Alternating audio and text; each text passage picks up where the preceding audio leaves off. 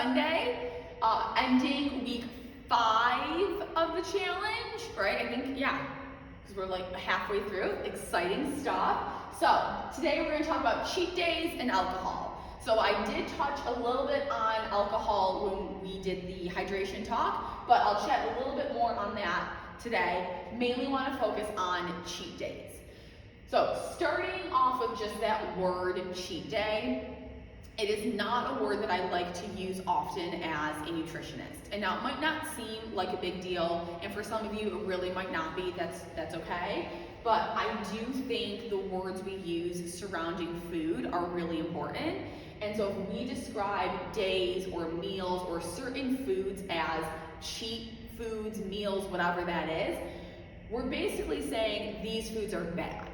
And innately, no food is bad, right? Like a food cannot be bad, right? That just different foods do different things in our body. They provide different nutrients, and some have more nutrients than others, okay?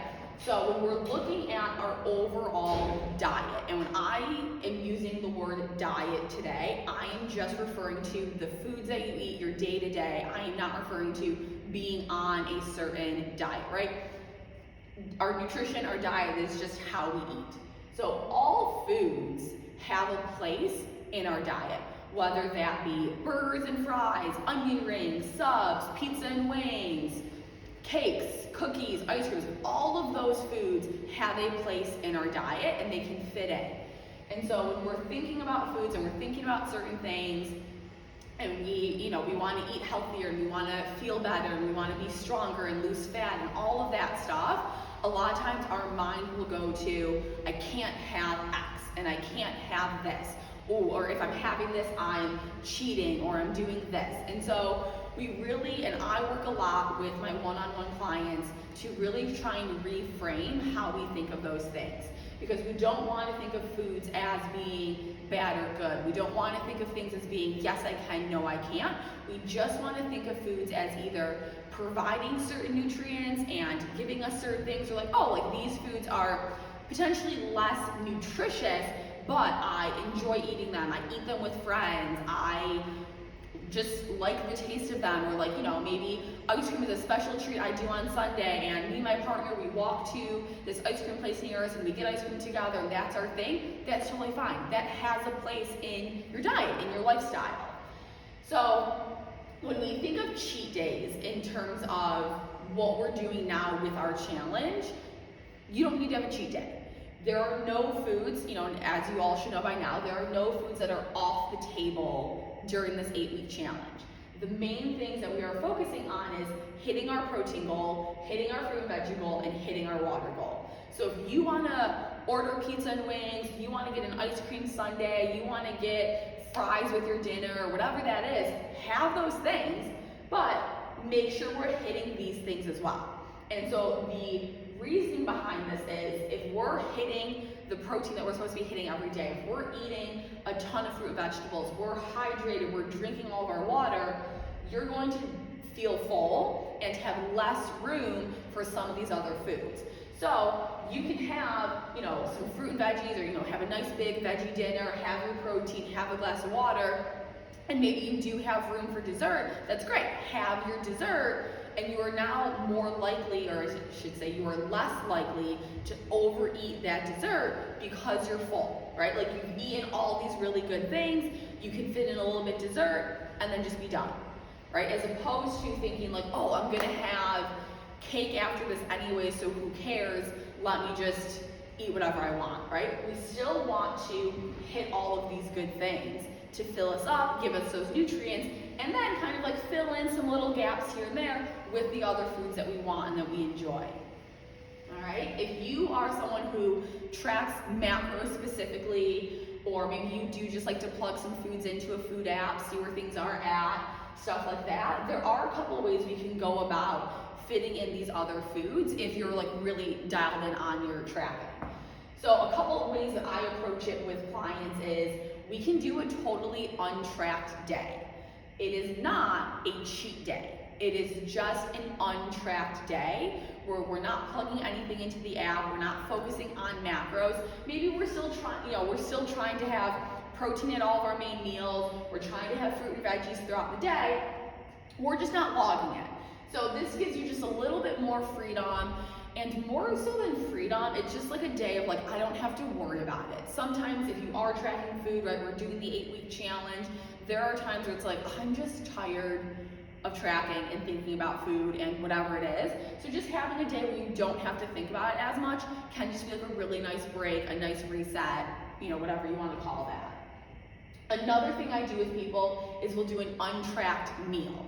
So you'll eat your whole day like normal, you'll go about your whole day, you know, as if, you know, like you are tracking, you do all of that normal, and then whatever meal that is, whether it be like dinner, lunch, whatever that is, you just leave that one meal untracked. Okay, so that's another way you can approach it. Sometimes a nice way to do that is planning the food ahead of time. So if you know, okay, I'm gonna go to dinner this Thursday with some friends, you know, you can look up the menu ahead of time, get an idea of what it is you want to eat, you know, kind of plug that into your app so it's already planned for, and then plan your day around that meal. I mean, I've done this with desserts before. If I'm like, oh, I definitely know I want ice cream tonight, or I'm definitely gonna want these cookies that I have, or like whatever it is, I'll plug that stuff into my app first, and then build my day around knowing I'm gonna have this meal or this snack or this dessert, whatever that is. So that way that food is still fitting into my macros for that day.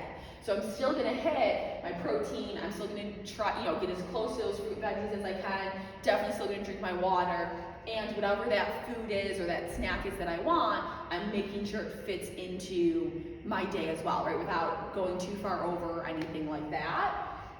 And then finally, another approach that I've used is just leaving some macros left over, which is similar to like having an untracked meal, but usually what I'll do with this is make sure I'm hitting as close to my protein as I can. Usually if you're going out to eat, if you're ordering out, things are gonna be much higher in carbs and fat and not as high in protein. So if I know if I'm going out to eat or I'm ordering takeout or something like that, I'll still hit the majority of my protein, and I'll, you know, maybe only leave 20 grams left or something like that for the meal. I'll still hit my like fruit and veggie before I have the meal, and then just kind of like whatever macros are left over from that, I'll kind of leave for that meal. Okay, and if I leave that, if I have that meal and I'm still actually feeling hungry after, of course I'll still eat some other things, right? And you don't have to leave like 1,000 calories or something crazy like that left over for a meal. You know, you can leave somewhere between like 300 to 500 overall calories left, depending on what it is you're gonna have. If it's gonna be like a whole dinner out, or if it's just gonna be a dessert, or you know, something like that. So these are just some ways to kind of reframe how we think of that like cheat day, right? It's not about not having foods, it's not about I can never have this again, or you know, whatever. Like whatever you want to eat, we have to fit it into your lifestyle, because the more you tell yourself, no, I can't have this, this is a bad food, this is, you know, whatever, you know, we're just creating a lot of unhealthy like thoughts and relationships with certain foods. And there is nothing wrong with having pizza, there's nothing wrong with having cookies, there's nothing wrong with going out for tacos or things like that. The whole reason we want to eat better and feel better and move better is so that we enjoy our life, right? Like in food, especially in our society, food is a huge part of that enjoyment, right? Think of almost anything you celebrate, there is food involved. It's someone's birthday, let's go out to dinner. Oh, you got a promotion, let's go out to dinner. At a baby shower, there's gonna be food there. At a wedding, there's gonna be food there, right? I'm going to my cousin's communion party today, there's gonna be food there, right? So almost anything that we celebrate, it surrounds food. And so if you are thinking that you can't ever have certain things, you're kind of taking away some of that enjoyment of life, and you know, potentially missing out on celebrating achievements and birthdays and just time with your friends and family. And so I don't want you guys to think of certain foods as good or bad, and this is a good day, this is a cheat day, it's all about how you fit it in, okay? And so one of the biggest things that I tell a lot of my clients is it's not what you do once in a while. It's not what you do here and there, every so often. It is what you do the majority of the time that matters. So for the majority of the time, you're hitting your protein, you're hitting your fruit and vegetables, you're drinking all of your water, you're sleeping, you're working out, and then, on Friday I went out, I had a beer, I had some pizza, I had some wings, and then Saturday I woke up, got right back to my normal day, went about that like normal. That is totally fine. That one meal, that one day of kind of being off a little bit or having things that you don't normally have is not going to ruin all your progress, right? What you do the majority of the time is going to stack up, and it's going to help you make that progress, and you're going to continue making progress even if you have one day, one meal, something like that that's not totally on the plan, okay? Sometimes we get into this mindset, I've also been there, where it's like, oh, I'm kind of having a good day, and then all of a sudden you have like one thing that you didn't plan for, right? Just say it's like, oh, I was like doing really good, all of a sudden there were like some cookies on the counter, and so I had some of these cookies, and I wasn't really planning for it. And then we can sometimes get into this mindset of like, oh, well, the day's ruined, right? I already had these cookies, so now I may as well just go all out and eat whatever and just kind of, screw this day, we'll get back on it the next day. Two things. One, sometimes that is okay. Sometimes that might just mean, honestly, you just need a break from thinking about your food, tracking your food, doing all of that stuff. That's okay. Other times, I heard this saying once a while ago, it's kind of silly, but it really resonated with me. And it said, if you dropped your cell phone, you wouldn't then stomp on your cell phone and crack it more. You would just pick it up, hope it was fine, and keep moving, right? The same thing is true with your food. Just because you have one meal or thing or cookie or whatever it is that you weren't planning for doesn't mean the whole day is ruined, right? You don't need to stomp on the cell phone. You don't need to ruin the whole day. You just get back on at the next meal. Like, oh, I had these 2 cookies just mindlessly while I was like in the kitchen, whatever. I wasn't really planning for it. Not a big deal. You can still just go about your day, get back on whatever you're planning to do, and just keep going with it, right? And so I know that's like a silly little analogy, but it did really resonate with me in this like, oh, yeah, like why do we think that with food? Why do we think like, oh, I had one bad, and I don't even like to say that, like, I had one off meal or something I wasn't planning for, something out of the norm. That doesn't mean the whole day, the whole weekend, the whole week is shot, right? It just means, okay, next meal, I'm gonna get back onto my fruit, vegetables, or make sure I have more protein, or things like that. And so if you're finding yourself being like really snacky, like you're eating and you're just really like, oh, I feel like I just want more, like I'm never satisfied. Make sure you are hitting your protein and make sure you are getting in a good amount of fat. Both of those things are going to make you feel more full, right? They're more satiating. And so we eat those, we're gonna feel full, we're gonna feel better. And so if you are finding that like, oh, I'm craving foods, I'm still hungry, I'm still hungry, maybe kind of take a look at how much protein are you eating at once, how much fat do you have in that meal, what kind of vegetables are we eating. Just because we're mainly focusing on fruit and vegetables for this challenge doesn't mean those are the only carbs you can eat, right? We still want to make sure we're getting carbs in. We still want to make sure we're eating a good amount of calories, because if overall our calorie intake is low, yeah, you're going to be hungry. And like obviously your mind's not going to be like, oh, I'm hungry, let's have broccoli, If it is, good for you. But most of us, it's like, oh, I'm hungry, let me have like a bowl of cereal or make a sandwich, which, sandwich is also great for you. But your mind's gonna kind of go to these more like fun foods, if we want to call them that, like these more foods where it's like there's not as much nutritional value to them, I just enjoy eating them, they taste good. That's what your mind's gonna go to, right? So make sure you are filling up on all of the good things that you can, and then you just kind of fit in those other things here and there as we go along, all right? And that kind of counts with alcohol, right? Alcohol is not something we want to have all the time. And so really trying to limit the days per week that you're drinking is going to be huge. If you're someone who does drink every day, we want to slowly work on cutting that down, right? Ideally, we're only having a couple drinks a few times a week. If you're more of a maybe a binge drinker where you're only drinking on the weekends, but you're having quite a few beverages on those weekends, we also wanted to try and limit that intake, right? Every once in a while, there's a big event, there's a big thing, maybe you go a little overboard, it will happen. But we want to make sure that's not the norm, right? Again, it's what we do the majority of the time, not what we do once in a while. And so one of the things I had said when we talked about hydration, when it comes to alcohol, right, we want to make sure we're having water in between beverages. So ideally, after every alcoholic beverage you have, you're having a glass of water. That one, it's going to kind of slow down how quickly you're consuming alcohol. So, ideally we're not getting too drunk too quickly. It's going to kind of taper that a little bit. It's also going to make sure that you are just overall staying hydrated, and then it's going to help you the next day to not feel as hungover, right? It's going to mitigate a lot of those hangover effects. You can wake up still feeling relatively good, depending how the night goes, all right? We also want to try and eat before or maybe while you're consuming alcohol. We definitely don't want to be drinking on an empty stomach. You're going to feel those effects of the alcohol. You're going to get drunk a lot quicker. Okay, so making sure that we have some food in our system to kind of help slow that absorption of the alcohol, and again, kind of, taper it out for us a little bit. Indulging in alcohol, having some beverages here and there, it's okay. It's right. It's like anything else. You can fit that into your healthy lifestyle. There's nothing wrong, unless you do feel like you do have a drinking problem, which is okay. I am 8 years sober, so I totally get it.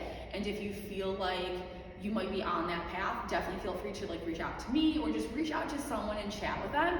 It is okay if you're getting to a point where you're like, hey, maybe I am just drinking too much, and I think a lot of times people think you only have a drinking problem if I can't go a day without drinking. I'm hiding liquor bottles in my toilet, and I'm lying to people, and I'm doing whatever I can to get my hands on alcohol. That's not the only form of being an alcoholic, right? If you are technically binge drinking is a form of alcoholism. It's depending on your lifestyle and things like that. And I don't want to get too far into that. It's very personal for each person, and there is nothing wrong with enjoying alcohol if you can do it in a responsible manner.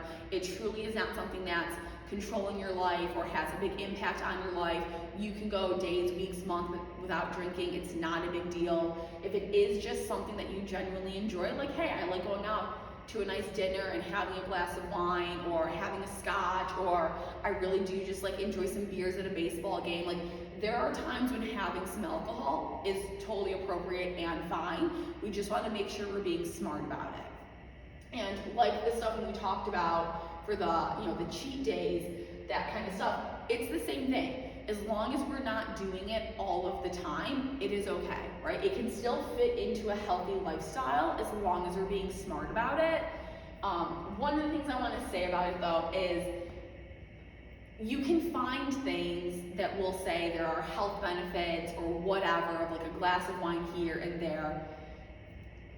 There are no health benefits to alcohol, right? It is technically a poison that you are putting into your body, okay?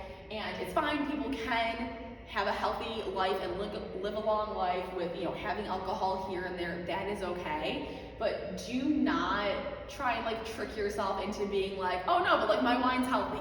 Or I'm doing this for my health. You're not, okay? And that is okay. If you just enjoy it and it's something you do either socially or here and there or just because you want to, that is okay. But do not kind of trick yourself into being no, but this one glass is healthy for me. Yeah, it's healthier than maybe drinking the whole bottle in one sitting, but you're not really getting these health benefits by drinking wine. Or put it this way, you're not getting any benefit from it that you can't get just from eating more fruits and vegetables, drinking more water, eating more protein, exercise. No, right? The alcohol is not ever going to be healthier than other things we do in life. So, right, my biggest things with it, eat before you drink, try and limit the days and the amount you're drinking per time, and then drink water in between, okay? Make sure you're being responsible about it. If it is something you feel does get out of control, maybe you feel you don't really have a handle on it, feel free to reach out to someone around you, reach out to me, right? There's a lot of support. There's nothing wrong with not drinking, right? If you're kind of dabbling in not drinking, but maybe you do go out a lot, or maybe, the type of business you're in, there's a lot of work meetings or things like that where drinking is kind of a part of it. mocktails are a huge thing now, right? There's nothing wrong with just getting some like soda water, like, oh, you could tell someone there's vodka in it, or whatever it is you want to do. But no one should ever feel forced to drink, right? You shouldn't feel like, oh, like I have to drink. I go to these events and like it's just kind of part of it. Don't ever feel like you have to partake in things you don't want to. So yeah, that's kind of the spiel with alcohol and the cheat days, right? And just keeping in mind with all of it, it is all about moderation. That really, like at the end of the day, when we think of a healthy lifestyle and the foods we eat and the things we do, it is really all about balance and moderation, right? Even like exercise. Exercise is great. Everybody should be working out and in a fitness routine and doing those things, but even too much exercise can be bad, right? Like we can get hurt, we can overtrain, we can do these things if we're working out excessively. So it's really about moderation in all of these areas of life. There are no foods that you can't have unless we have some sort of autoimmune thing going on, we're allergic, we don't like them, anything like that, obviously we're not having those. But other than that, do not deem foods bad just because you think they're bad, or because society has told us that like, oh, pizza's bad for you, or these things. They're just less nutritious, but it doesn't, or they have less nutrients in them.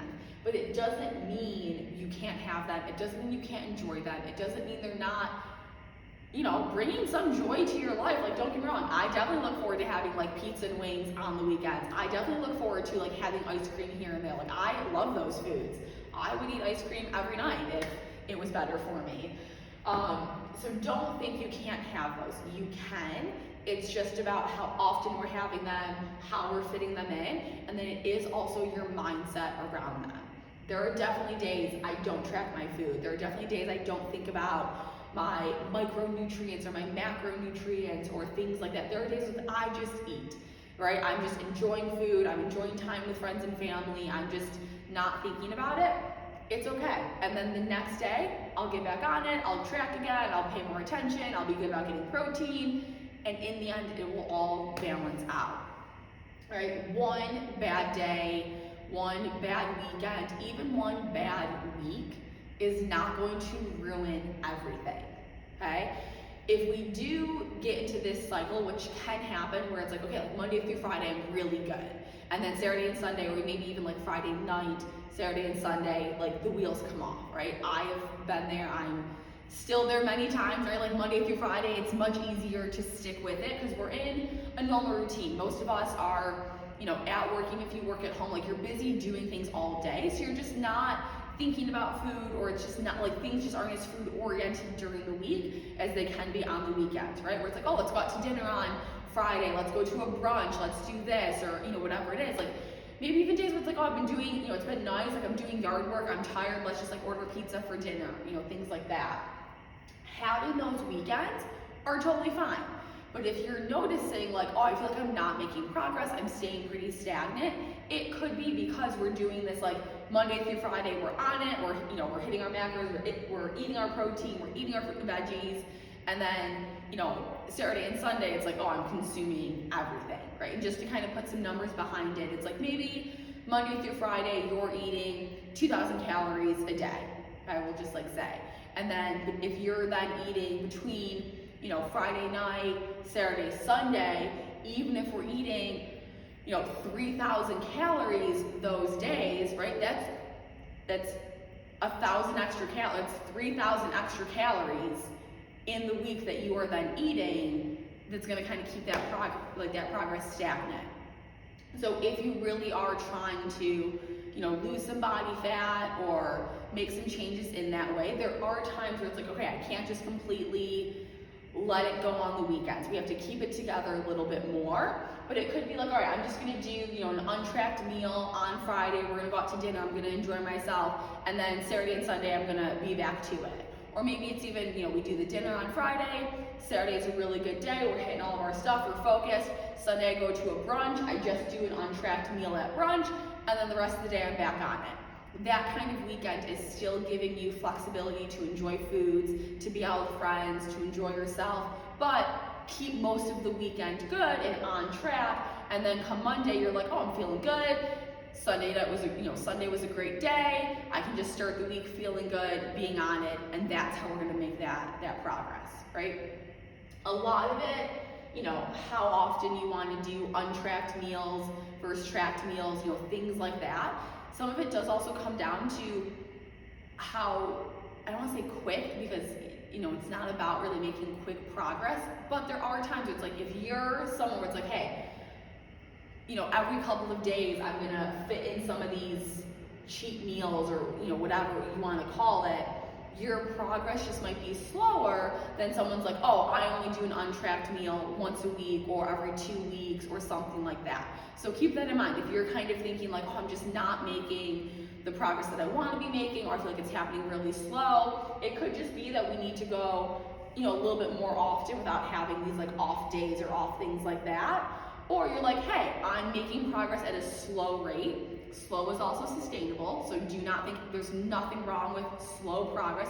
That's still progress, right? And so if you're like, hey, it's happening a little slower than I'd like, but it's happening and I'm still able to enjoy my favorite foods, I'm still able to go out, I'm still able to have some beverages and things like that, it might just, it might take me 8 months instead of 5 months or whatever to get to my goal, that's okay. Right, so it is very personal to how quickly you want to achieve things, or how your body responds to things, and stuff like that. So I know that was a lot. I feel like that was very long-winded of me chatting about it. I hope it all makes sense. I hope it resonates with you guys. And really just kind of changing that mindset of how you view food. No food is bad. Food cannot be bad, right? Just think of it in terms of nutrients. And I think that helps. You don't need to have a cheat day, right? Hit all of the things you need to hit. Fill in with the things you want as you go, right? We're drinking water as we drink alcohol, okay? If you guys have any questions specifically about you, your lifestyle, certain things like that regarding this, feel free to email me or Dennis, or grab one of us when you see us in the gym. More than happy to chat with you one-on-one about your specific diet, what you got going on, and any questions you might have about these things, okay? But I was looking at everyone's sheets. It seems like everyone's doing a really great job with the challenge. We only have a couple weeks left, so really pumped for everyone, excited to get those second BIAs in. Dennis will be back with his talk next Saturday. Yeah, I think we have 3 talks left. He has one, I have one more, and then he has that last one. So yeah, so good stuff. And if you guys have any questions about this or any of the videos we've done, anything going on with the challenge, any questions, please just feel free to reach out. All right, enjoy your weekend, and I'll see you guys soon.